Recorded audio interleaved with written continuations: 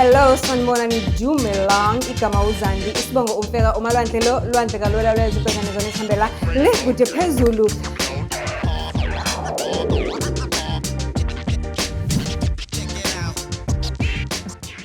Do join. Sanibonani Dumelang, hello, bonjour. Uma bizwa sabele usengenile igama uZandi, isibongo umfeka. Welcome. Another episode on a Saturday afternoon. I don't know when you are going to see this, but this one, you are supposed to see it up until the competition esokhuluma ngayo ize ifike ngoba sikhuluma ngobuciko, sikhuluma nge-poetry competition, something that is going to help promote your talent. What did I say to you? I did make that call. Somebody responded to that call because they needed this platform. Today, nginobhuti omncane osivakashele namhlanje who's doing amazing work in the arts industry. Ngicela uzazise bhuti wami, siyawamukela kwi-show. Igama nguNdumiso Mpanza, ngisuka eNquthu la ngizalelwe khona, kuyilapho engiqale khona ukulandela indaba yezinkondlo lezi engize ngazo namhlanje lapha. Ngi-spokesperson somuntu wangakithi, ucebo lenkosi inkosi obizwa ngoQedisaka kulezi nkondlo. Ngizomela yena namhlanje. Siyawamukela kwi-Meaningful Conversations with uZandi Mfeka. Inquthu-ke namhlanje isithandile nase ekuseni besifisa lo muntu osenquthu ne? Isithandile inquthu namhlanje. Thank you to inquthu. Shout out to inquthu actually. Yini igama le show? Asiqale ngegama le okay, asiqale ngawe. You are a poet. No, angisiyo i-poetry but ngomunye waba wabagqugquzeli. Sini isiZulu. Noma womunye wama-organizers. Yebo, ngikhona kakhulu kulezi zema-event. Oh, okay. So usebenza closely no Bhuti. Yebo. Oh, okay. So igama lale event yini igama layo? Igama le event izibi zendlela event. Yebo. Izibi zendlela. Izibi zendlela. Is there mhlambe kune history behind igama izibi zendlela?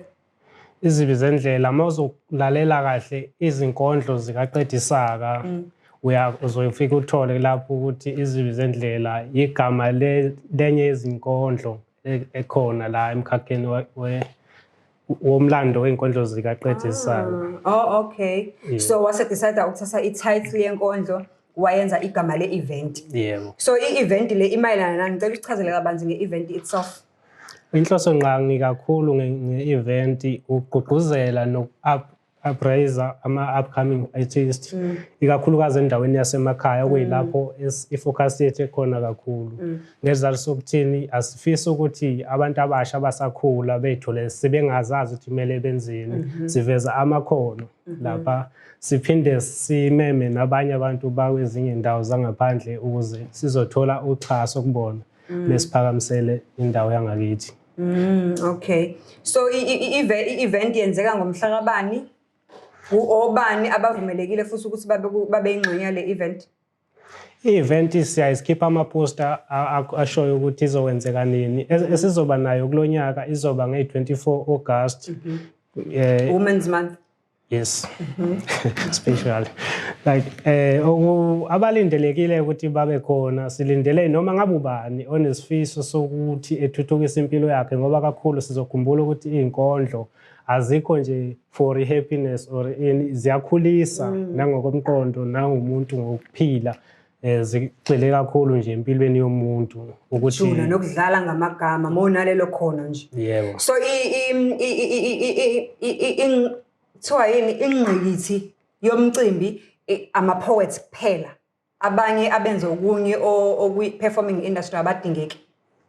Cha, ngeke ngisho kanjalo, bayadingeka bayaba khona siyaba nabo kodwa i-poetry iyona ehamba phambili. Oh, okay. So abantu abazongenela i-poetry competition ihlukaniseke kangakhi izigaba zayo? Mhlambe khona ama-beginners, mhlambe khona asebemkantshubovu noma nje kuyadidiyelwa yonke insipho yabasha kuzohlanganiswa?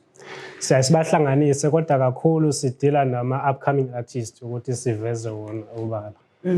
Okay. Kuwinwani mhlambe khona into ewinwayo noma khona ithuba mhlambe othi uma ngabe uwinile noma mhlambe ube kulaba abasesigabeni esiphezulu mhlambe abakhethiweyo ukuthi mhlambe kube khona ithuba sike sibone kwama-pop idols mhlambe abantu abakwi-top something, top 3, top 4 bathola ama-prize and then on top of this kube khona ne-deal mhlambe yokusebenza nabaculi abathile noma mhlambe nenkampani ethile kwi-music industry. Lokho kwenu kukanjani mhlambe mungasichazela?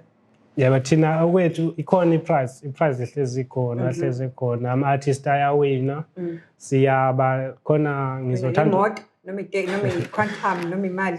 No, okwamanje besenamajezi nama-reward nje lawa asesemandleni ethu ngoba besingakalithola uxhaso kakhulu kulabo abantu abanakho abacaphuna kusale. Uxhaso besalithola bekuyilolo oluvela kithi thina vele banikazi bomcimbi. Yebo. Okay.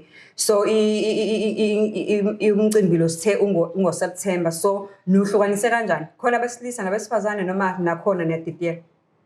No, umcimbi ungu-August. No, sengisho ukuthi ukuhlukaniseka kwawo mhlambe kune-female category, kune-male category noma nakhona nihlanganisela njengoba nihlanganisela ukuthi ningahlukanisi ukuthi khona sebejwayele khona abake bawina before. I know asikuhlukanisi zidibana zonke phakathi. Okay. Yini ebalekile ngalo mcimbi? Okubalekile ngalo mcimbi kakhulu ukuthi njengoba bengathi ngike ngasho ekuqaleni ukhuthaza intsha yamanje idlange kakhulu ezintweni ezibhedayo ngezathu sokuthini na ey'ndaweni zasemakhaya zindawo enganakiwe kangangokuba zingaze zivundulula amakhono abantu lapho. Ukuba sey'nkondlweni akuvezi ikhono lomkondlo kuphela kodwa uyakhona nawe ukuthi mhlampe umdlalo webhola ukholelwe kule nto oyenzayo uma ngabe usuze wafika lapha ngoba abakhulumi ngezinkondlo kepha bakhuluma ngempilo yomuntu babuyise nethemba entsheni esakhula ukuthi kusasa kusengenzeka. Okay.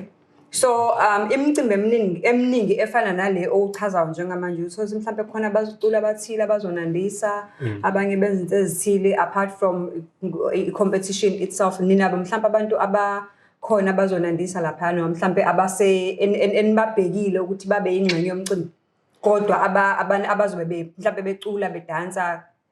Ngokwezinga lamandla esinawo kwamanje siyaba nabo kodwa akube laba asebedume kakhulu umhlaba wonke ngoba nezathu sokuthini ipocket lethu alikafinyelele kuthini singathola bona. Kodwa ngokwesifiso sethu esikhulu ukuthola iziponsa, sithola abantu abazosixhasa. Kuke kwenzeka ngaphambilini kodwa-ke into ingabisaba yinhle ukuthi sigcina ngokuthola iy'thembiso like ama-empty promises, abantu besithembisa izinto kuze kufike ezingeni sokuthi mhlampe nasithole sisithembisa laba phela ngithi uma wenza umcimbi kunabantu wenzela abantu. Uma uthola umuntu ethi uzokuxhasa uzotshela abantu ukuthi okay ngoba ngizothola uxhaso kusho ukuthi ngingakhona ukwenza. Uma ngabe lo muntu othe uzokuxhasa engasabuyi kuwena sekumele yonke lento ibuye kuwe wedwa awusakhona ukwenza izinto ngendlela. Kodwa amaciko asuke khona akhona adumile aseyaziwa angakabi sezingeni elikhulu kakhulu kodwa bayaziwa siyaba nabo emcimbini yethu. Kuzwakala kuyinto enhle kakhulu. Iqale nini umqhudelwano wenu? Umqhudelwano wethu soqale ngonyaka ka-2021. Usuneminyaka emithathu khona futhi engubonayo kwenzeka. So nibona umafikizolo kahle kahle kulo mkhakha senishoda nje ngokuthi nithole ama-sponsors? Yebo, lokho sisi. Okwenzeka kakhulu sukela ngo-2021 uzofika 2023. I-improvement iyona nto engiyibonayo ikhona. Sibheke ababukeli, sibheke nabantu esibamemayo ukuthi kube yibona abazoperforma. Kuya-improve kakhulu. Kuzwakala kuyinto enhle kakhulu nokuqoqeka kwenja nje kubalulekile. Bangaze bazithole bewele ezidakamizweni. Iningi into ebakhubayo nento ebenza ukuthi bagcine benza izinto ezingasile. Ngabe lo hlobo lomcimbi mhlampe into ephelela khona enquthu noma mhlampe niyayikhipha yena kwamanye amadolobha? Inhloso yethu ukuthi sisabalalise ngoba yenzeka nge-24 ngo-August kahle kahle because sibheka usuku esingasebenzisa onyakeni. Siyafisa ukuthi siphinde sibe nolunye enye date onyakeni mhlampe ethola ukuthi sesiyaphuma siya kwenye indawo nangomunye unyaka senze ama-event more than one ngonyaka ey'ndaweni ezizahlukene ngoba inhloso akukhona ukukhuthaza abantu bakithi kuphela kepha kumele sithuthukise wonke umuntu okhona ngoba izinto ey'fana nalezi ezizama ukuyiqeda nokuyigwema azikho kuphela endaweni yakithi kodwa zikhona nasey'ndaweni ey'ngaphandle. Hayi, siyayigqugquzela kakhulu imicimbi efana nale ngoba iyayiqoqa intsha and njengoba bese ngakubalula before ukuthi sinenkinga yezidakamizwa entsheni. So if kuukuthi kunganemicimbi eminye eminingi engaba uhlobo lalo leniyenzayo mhlambe abantu bangaveza amakhono kunanokuthi bahambe bayozama izinto ezingasile ezikhona eziphazamisa intsha endleleni yazokuhamba. So okugcina nje mhlambe ongakusho mhlambe obukile njengamanje usenquthu ofisayo ukuze emcimbini uthini kuyena? Kubo bonke abafisayo ukuzivakashela emcimbini wethu ngithi they are more than welcome.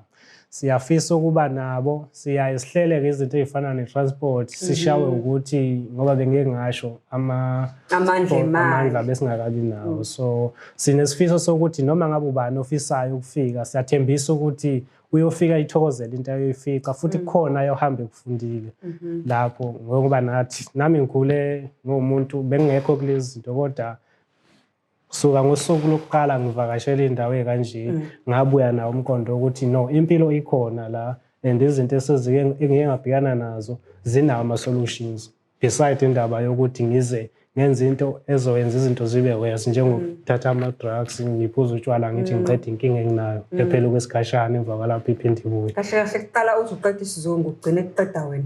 Ugcina kuphela wena. Yebo. So njengamanje I am making this call to bona bonke osomabhizinisi aba around eNquthu nayi into enhle eyenziwa abagqugquzeli balomcimbi siyacela ukuthi basondele bazofaka isandla iyona ndlela leyo yokusave youth. I usually say ukuthi abantu abasha they are the future. Let us save the youth, let us give them opportunities, let us expose them in our small towns wherever la sikhona ukuze sazi ukuthi uma ngabe sekuthiwa abaholi abakhona manje bayashona or isikhathi sabo siyaphela obani abazolida iyouth ngoba uma kuukuthi asiyinakekeli le youth ekhona siyayiyeka icwile ezidakamizweni kusho ukuthi ngeke sibe nabo abaholi bakusasa. Butwa siyabonga kakhulu sinifisela inhlanhla kumcimbini wenu sizoqhubeka si-advertise on the podcast bese siyathemba ukuthi ukhona uGood Samaritan ozovela kubo somabhizinisi. I-internet ngiye ngithi ayiboli yonke into ku-internet ayikhohlwa. So nje up until the 24th of March all roads leads to 24th of August. Oh sorry, all roads leads to is so kwafika balomcimbi kawangento eningi asikisi all roads leads to iNquthu isandlwana kwizibi zendlela event poetry show ezobe nge 24th of August 2024. Okay, hayi siyabonga.